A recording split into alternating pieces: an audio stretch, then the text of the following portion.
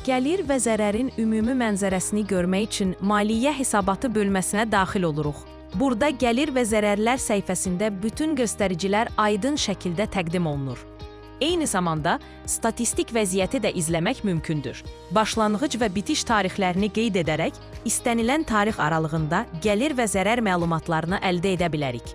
Hesabatları həm ümumi şəkildə, həm də statistika üzrə ayrıca yükləmək və ya çapa vermək mümkündür. Maliyyə vəziyyəti bölməsində ümumi maliyyə göstəriciləri əks olunur.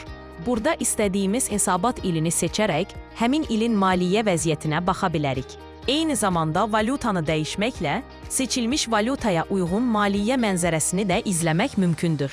Bu bölmədə ümumi debitor və kreditor borcları, eləcə də cari maliyyə vəziyyəti ətraflı şəkildə göstərilir. Günlük hesabat hissəsində isə tarix intervalını seçib gündəlik hesabatı görə bilərik. İstəsək, bu məlumatları çapa vermək və ya Excel formatında yükləmək də mümkündür.